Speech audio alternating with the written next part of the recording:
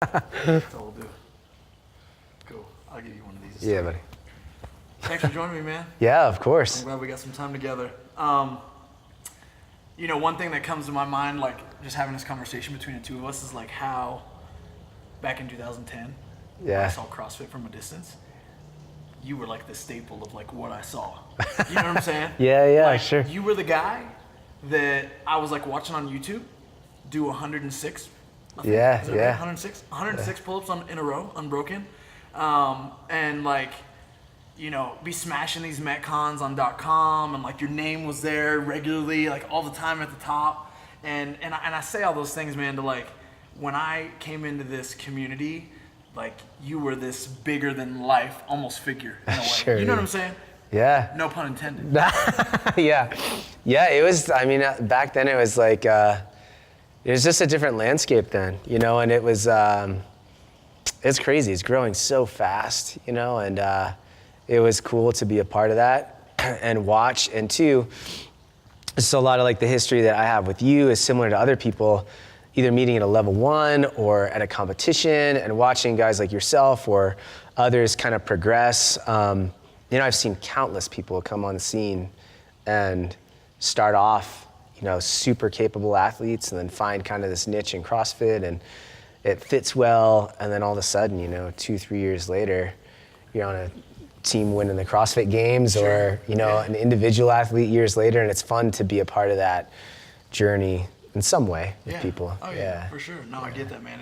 It's amazing. I mean, and every sport has their evolution. So it's kind of natural to watch it take its course. And it's been amazing, I think, how fast our sport has really grown and then like blown up essentially. And even in regards to like the physical capacity that people have. Gosh. But you mentioned meeting me at the level 1, right? Yeah. And like I can recall that day, like walking into CrossFit Park City. You guys weren't here. You were across the street. Yeah. And like I think Miranda was doing reg. Yes. Something like that. And I like recognized her from videos, and then like I saw you and like Eric, and I think maybe Matt Chan worked that level 1, and Tyson was there. And just really being in awe, you know what I'm saying? Yeah. And like going through the weekend kind of unsure of like if CrossFit was going to be something I would put into practice or if it was just something that okay, is this an experience or is this going to be like the real thing? And then like you guys teaching and the way that you taught and me being like, man, their job is so cool.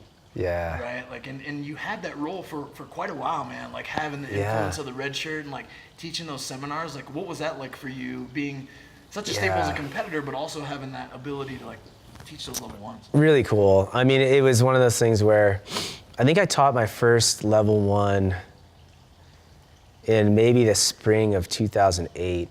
And same thing, just watch that journey and that evolution of, the methodologies always stayed the same, you know, but like the excellence that they put behind those seminars and meeting all those people and meeting all the trainers, right? Getting to work with people that are so like-minded and just good quality people. It was just, you know, weekend after weekend. It ended up being a lot of time on the road, but really cool, impactful experiences. And the stuff that never got old was exactly what you're talking about, watching people where like the light bulb goes off. And then even on other side of the spectrum, we would have, I remember at one seminar years ago, we had one guy that was trying to run, I think he was trying to break the world record for like how many consecutive marathons he ran in 1 year or something like that. And he used CrossFit as his, like a piece of his training methodology. Okay. So seeing other people kind of accept it as more than just the only thing, but a piece of their training regimen. Yeah. So it was really cool to be a part of that. And then I got a chance to like, helped develop courses like the Coaches Prep course, which is now the level 2. I helped write the competitors course with Eric O'Connor and Matt Chan. So there was just a lot of involvement, both with employees, HQ, working to develop seminars, and then every weekend meeting, you know, 40 to 60 people. It's crazy. Yeah, no, man, it's awesome. And now I got to be a part of that. You know what I mean? Yeah. Like we got the cross paths in that, right? So it was like I started back at that level 1, and I don't know if you remember this or not, but I remember you doing Fran. Yeah, man. Fran, with dumbbells, because you'd done it with the bar. Yeah. I had done it with a bar or something, and it was like it was a large group. Yes, it was packed. In that space. Yeah. And man, I remember you handing me a pair of those dumbbells. Like, cool, this will be It's no big deal, right? Like, yeah. You're like, yeah, man, here, dude. I don't even remember what the weight was. And I was like, yeah, man, you crushed it, got it. And I just remember You still did. I mean, it was good. It was good, right? It was a good time. I didn't have the butterfly pull-up down at the time or anything, but I was trying so and great. like had some kipping mixed in there. But the dumbbells just devastated me, right? Like from a feeling perspective. Yeah. Not only that, I remember like driving, like I didn't feel too bad after the workout was over. Yeah. Got in the car to drive back down the mountain. Gotta pull over. Had to pull over. Like it was bad, and I'm not the kind of guy who like puke after a workout. Right. But I had to have my buddy. We came up there with another one of my friends, and I had to pull over. And I didn't give up my lunch, but it was close. I was worried to like get in his car messed up. But yeah, man, it's memories like that, and like the first exposure to CrossFit that like. Yeah. And it wasn't necessarily my first exposure to CrossFit. I'd done some .com work and played with it, and like, oh my gosh, I'm gonna try to beat these guys. But like in person with other people, with coaches like you watching me, I was like, okay, here we go. Like, this is it now. Like I'm gonna show these guys, man. They're gonna, you know, like, and you were in my corner and everyone was there, like, and it's just such an encouraging thing. I mean, at the same time, it's funny because you get to watch people wreck themselves, right? But like, you have such an influence on these people, from a coaching perspective. Yeah.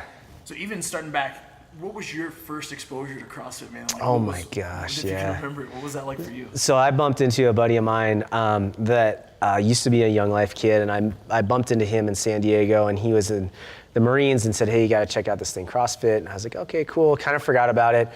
And then I looked on Google and I found it, and I remember at the time I was just working out like at the Globo gym in town, and I saw it, and it's like the old .com site, you know, like the blog.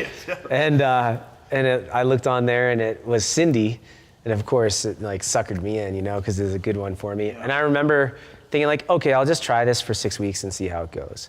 And I went into the Globo gym and did like half range of motion strict pull-ups, and I think I did I think I may have even done my air squats to a box because I saw a video of a guy doing it online like that, you know, my push-ups, totally. So it was like garbage movement, but it was still CrossFit, you know, like, and that's what it was like then. There wasn't even an affiliate in Utah. It didn't exist. So we just figured it out. We watched online and we started Olympic lifting, and I mean, not anything other than just what .com prescribed, but yeah, it was crazy, man. So Cindy was the first thing, and I did it for 6 weeks, and then, you know, I guess kind of the rest is history. It just kept going, snowballed. Yeah, of course. Yeah. And then when did you get your level 1? I got my level 1 in May of 2007. And it's funny, I remember I was trying to figure out like what I wanted to do. I kind of been doing the ski bum thing, you know, I've been 5 years or so living here, and I just got married to Sarah, and we were just trying to kind of figure it all out. And I remember thinking like, I gotta get a job to make money, and she was like, no, I just want you to be happy, you know? So I ended up getting, she's awesome. Wife. Yeah, good card, yeah.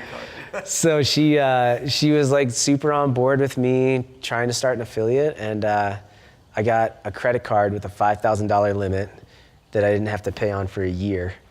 And I bought a plane ticket to Colorado, my level 1, and like a used rower and some junk barbells from guys in Salt Lake. That's awesome. Yeah. That's amazing.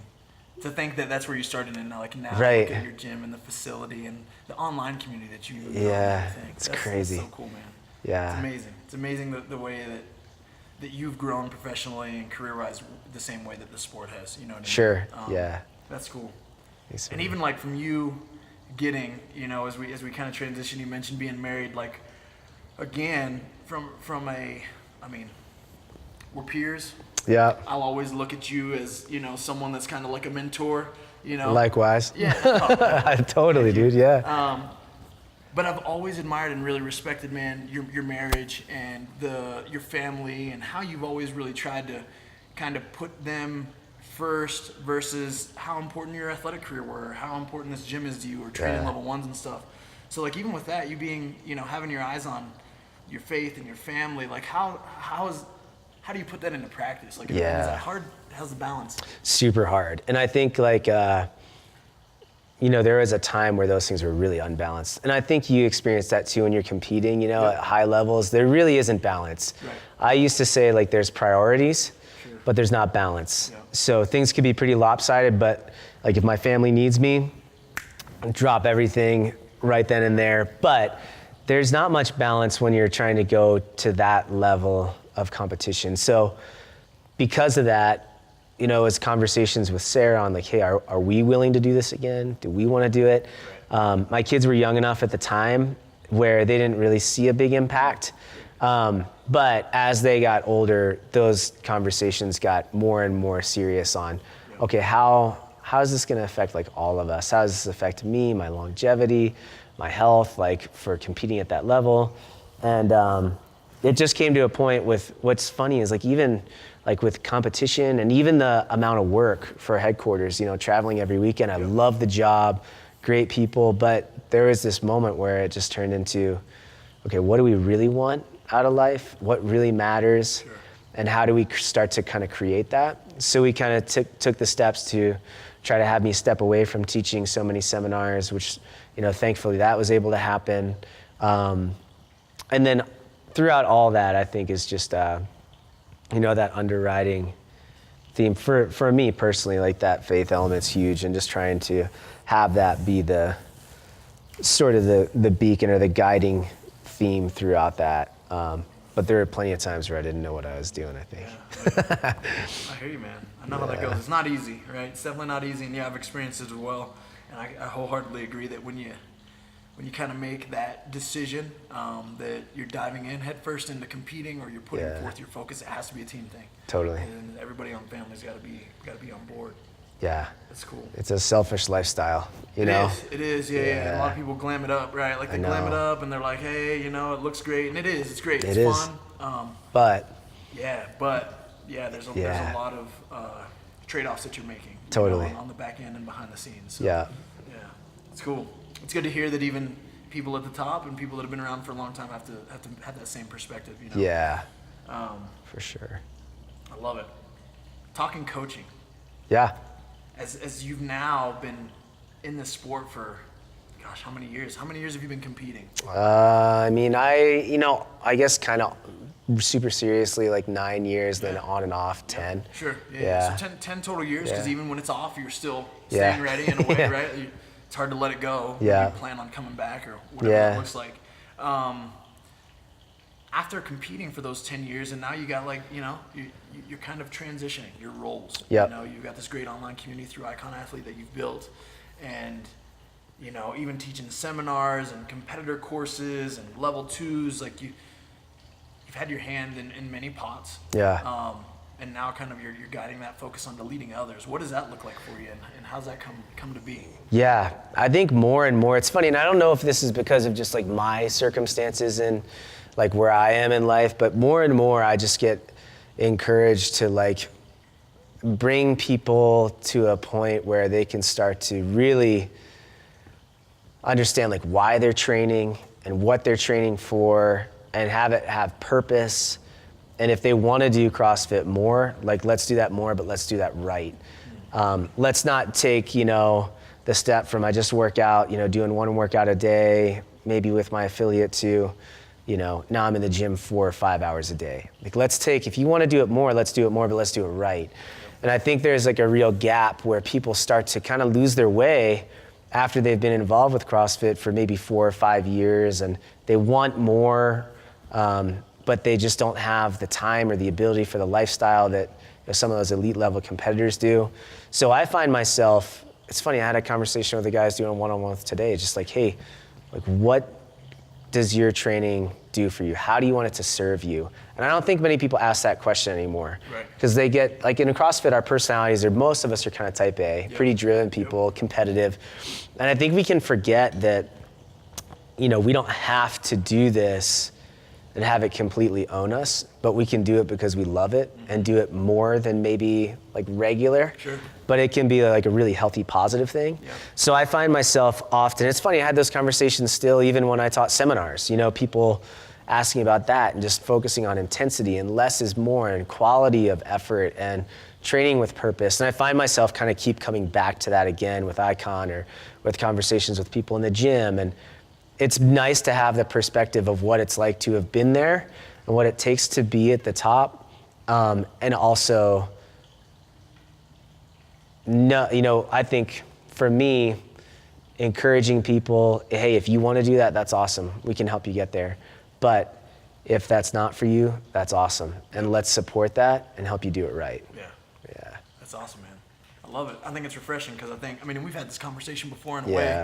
where it's like, yeah, we see this out there in the community where people are kind of searching for something more, and sometimes they often just dive in head first, biting off more than they can chew. Yep. And it's just because maybe the resources that they were looking for didn't really align with what they really want. Sure. You know what I'm saying? So Yeah. I think that's great. And I appreciate the fact that you're having that conversation openly and challenging people to like look at that instead of just Yeah. like doing what everyone else is doing out there, like finding something that really works for you. Yeah, and I saw that something you posted the other day just on like leadership and just talking about that concept of like, hey, have you taken the time to make some of the changes in your life? And I think those questions are hard for people to ask, but I think if, you know, you can be someone at least to bring up the question and know that, hey, you know, everyone's got these questions, everyone's got these decisions they have to make.